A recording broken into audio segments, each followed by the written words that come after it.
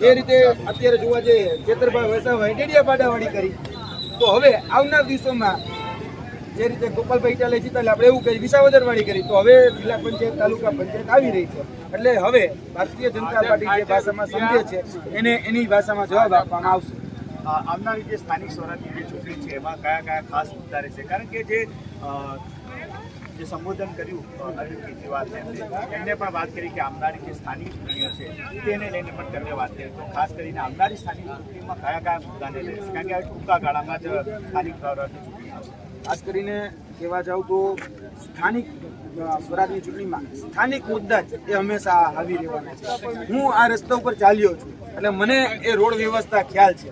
આના આદિવાસી સમાજને હું જ્યારે મળ્યો છું, નર્મદાનું પાણી આપણે નળ સે જલ યોજના જેને કહીએ તો હજી ઘણી એવી જગ્યાઓ છે નળ લાગી ગયા છે પણ જળ નથી આવ્યું. એટલે મૂળ જે મેં કીધા ને પાયાના મુદ્દા એ બહુ સ્થાનિક મુદ્દા છે, એ સૌથી વધારે આવી રહેવાના છે. બીજા જે અન્ય મુદ્દાઓ છે જે ખાસ કરીને જે આખા વિસ્તારને લાગુ પડતા છે એવા જે ભ્રષ્ટાચારના મુદ્દા, નકલી કચેરીના મુદ્દા, કે આ જે વિસ્તારોની અંદર જે કૌભાંડ થઈ રહ્યા છે, મનરેગા જે કૌભાંડ થઈ રહ્યા છે એના જેવા અન્ય જે કૌભાંડો થઈ રહ્યા છે એ મુદ્દાઓ પણ હવે આવનાર દિવસોની અંદર આવી રહેવાના છે. આવનાર દિવસોની અંદર સ્થાનિક સ્વરાજની ચૂંટણી છે એટલે પહેલાં મેં તમને કીધું કે સ્થાનિક મુદ્દા આવી રહેશે. એમાં નગર વ્યવસ્થા જે છે એ તમામ પ્રકારની નગર વ્યવસ્થાના મુદ્દા જે આવી રહેશે. અને એના પછી અહીંના જે મોટા વિસ્તારમાં જે વિસ્તારો છે એ વિસ્તારોમાં આદિવાસી સમાજના જે સ્થાનિક પ્રશ્નો છે એ પણ હવે આવી રહેવાના છે. અને અન્ય જે બાબતો છે એ પણ હવે કહી શકે કે એ વિસ્તારોની લઈ અને આગળ ચાલવાની અમારી પૂરી ગણતરી છે. યુવાસી બીજો એક સવાલ ખાસ કે ચિત્રભાઈનો જ્યારે પહેલો કેસ હતો ત્યારે પણ તમે સતત અહીંયા આવતા હતા. આ બીજો કેસ છે, તમે તમારી દ્રષ્ટિએ શું માનો છો? તમે વિદ્યાર્થી છો અને એક ચેતરભાઈ સાથે મિત્રતા પણ તમારી છે, તમે આ સમગ્ર ઘટનાને કઈ રીતે જુઓ છો? આકલન તમારું શું છે? ભૂતકાળમાં આદરણીય ચેતરભાઈ વસાવા સાથે અમે શિક્ષકોના મુદ્દે રિવર્સ દાંડી યાત્રા કાઢી હતી.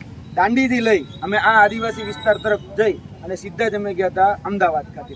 ત્યારના એ 15 દિવસ અમે ચેતરભાઈ વસાવા સાથે રહ્યા છીએ. એટલે આદિવાસી સમાજના આ નેતાએ એવું નથી વિચાર્યું કે ભાઈ ખાલી આદિવાસી સમાજના બાળકોને વિચારીએ, એને સર્વ સમાજના બાળકોના હિત માટે આ પ્રશ્ન ઉઠાવ્યા. અને જે 24,700 શિક્ષકોની ભરતી જે વર્તમાનમાં ચાલી રહી છે એ ચેતરભાઈ વસાવાના બદોલત આવેલી છે. બીજી વાત, આ આદિવાસી સમાજમાં પોસ્ટ મેટ્રિક શિષ્યવૃત્તિ યોજના હોય જેમાં આદિવાસી સમાજનું બાળક ધોરણ 10 પછી ડિપ્લોમા, ડિગ્રી, એન્જિનિયરિંગ જેવા કોર્સ કરી શકે. તો આ જે નીતિ હતી 2010માં લાગુ પડી હતી, પણ એ નીતિ 2024માં 28/10/2024ના રોજ એક પરિપત્ર કરી અને સરકારે આ નીતિ બંધ કરી દીધો. એના વિરુદ્ધમાં પણ ચેતરભાઈ વસાવા હોય, હું હોય, બિરસા મુંડા કચેરીનો ઘેરાવ કર્યો, અથવા તો કહી શકાય કે સ્થાનિક જેટલી પણ આદિજાતિ કચેરીઓ છે એનો પણ અમે ઘેરાવો કર્યો અને સરકારમાં વિધાનસભાના ઘેરાવા કરી અને સરકારનું આંખ ખોલવાનું કામ, કાન ખોલવાનું કામ કર્યું છે કે તમે આદિવાસી સમાજના બાળકને શિક્ષણથી વંચિત નહીં રાખી શકો. એ રીતે આ તમામ પ્રશ્ન અમે વિદ્યાર્થી નેતા તરીકે આદિવાસી સમાજના આ નેતા એટલે કે ચેતરભાઈ વસાવા સાથે અમે ખભોથી ખભો મિલાવીને ચાલ્યા છે. એટલે મને એટલી ખબર છે કે એ સર્વ સમાજ માટે કામ કરતો નેતા છે. લોકો ગણે છે આદિવાસી સમાજ નેતા કારણ કે આદિવાસી વિસ્તારમાંથી આવે છે, પરંતુ એને ક્યારે પણ જ્યારે પ્રશ્ન ઉઠાવવાના હોય ત્યારે જ્ઞાતિ, જાતિ, ધર્મ કે પાર્ટી એ સુદ્ધા પણ જોઈ નથી. પાર્ટી સુદ્ધા પણ નથી જોઈ. એને ભારતીય જનતા પાર્ટીનો કોઈ વ્યક્તિ આવેલો, કોંગ્રેસનો કોઈ વ્યક્તિ આવેલો તો પણ એના કામ કર્યા છે. પણ એ કામમાં તથ્યતા, સત્યતા હોવી જોઈએ અને એ કામ ખરેખર વ્યાજબી હોવું જોઈએ. તો એને બધા જ કામ કર્યા છે. એટલે એ વિદ્યાર્થી આગેવાન તરીકે ચેતરભાઈ વસાવા સાથે જે મેં સમય વિતાવ્યો છે તો મારો અમૂલ્ય છે. હંમેશા ચેતરભાઈ વસાવા માટે હંમેશા માંડ્યું છે કે આવનાર દિવસોની અંદર જ્યારે જે પણ મુદ્દાઓ જે છે એની ઉપર અમે લડવાના છે. હજી ઘણા બધા એવા મુદ્દાઓ છે કે જેની ઉપર અમારે કામ કરવાનું છે. આ જો જેલમાં ન ગયા હોય, માની લો કદાચ જેલમાં જવાનો વારો આવ્યો હોય તો પણ અમે બીજા મુદ્દાઓ અમારા તૈયાર હતા. કારણ કે અત્યારે જે ભરતીઓ ચાલી રહી છે, ભરતીની કૌભાંડમાં સૌથી વધારે જે આશ્રમ શાળાઓ જે આદિવાસી વિસ્તારની અંદર ચાલી રહી છે, અત્યારે પણ જે બિન અનુદાનિત જે શાળાઓ કહેવાય એમાં આદિવાસી શાળાઓની અંદર અમે કાગળ આપેલા છે. અમારી પાસે વિદ્યાર્થીઓના પુરાવા છે કે આમાં અત્યારે પૈસા દઈને નોકરી આપવામાં આવે છે. આ મુદ્દાને લઈને અમે ચર્ચા કરી રહ્યા હતા. આ મુદ્દાને લઈને આ વસ્તુ ઉજાગર કરવાના હતા કે જે આશ્રમ શાળા છે અને જે ગ્રાન્ટીનેટ શાળા જેને કહેવાય એની અંદર આદિવાસીની જે સમિતિઓ છે અથવા તો કહી શકાય કે જે સંકલન થઈ રહ્યું છે એમાં જે લોકો છે એ પૈસા ખાઈ રહ્યા છે. એટલે આ બાબતને લઈને પણ અમે આગળ જવાના હતા. ત્યાં એની જે લટકાયત થઈને આ પ્રકારનો આખો જે ઘટનાક્રમ છે રાજકીય રીતે જે સ્ટન્ટ કરવામાં આવ્યો તો તેમાં ક્યાંક ને ક્યાંક અમને પણ નુકસાની થયેલા મુદ્દામાં અત્યારે અમે સરકાર સામે લડી જ રહ્યા છીએ.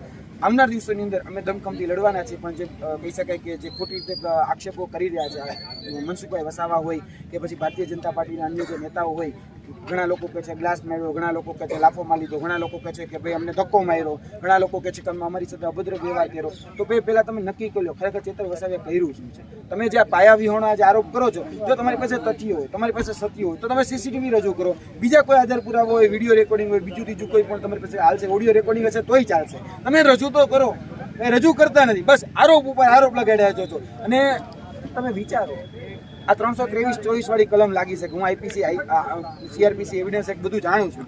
ખરેખર મારામારીની ઘટના હોય ને, બે જૂથ લડ્યા હોય ને એટલે 323-24 લાગે. આ હકીકત છે. આ 307 લાગી. કેમ ખબર છે? ગંભીર ગુનો, સનસનીખેજ મામલો બનાવી દેવાનો, કોર્ટ ટ્રાયલ ચાલી પહેલા મીડિયા ટ્રાયલ ચલાવવાનું અને જબરદસ્ત રીતે ક્યાંક ને ક્યાંક હેરાન પરેશાન હતો તો સામાન્ય જનતાને એવો પ્રસ્થાપિત કરવાનો પ્રયત્ન કરવાનો કે આ બહુ મોટો ગુનેગાર છે. એ સનસનીખેજ બનાવવાની આ એક જે ક્યાંક ને ક્યાંક જે લોકો કરી રહ્યા છે ભારતીય જનતા પાર્ટીના નેતા, એને કહે છે મહેરબાની કરીને બંધ કરો. તમે તો ઘણા સમયથી ચૂંટાતા આવ્યા છો, પણ યાદ રાખજો આ જનતા જે લોકોને ચૂંટીને મોકલે છે એ જ લોકોને નીચે પણ પાડી શકે.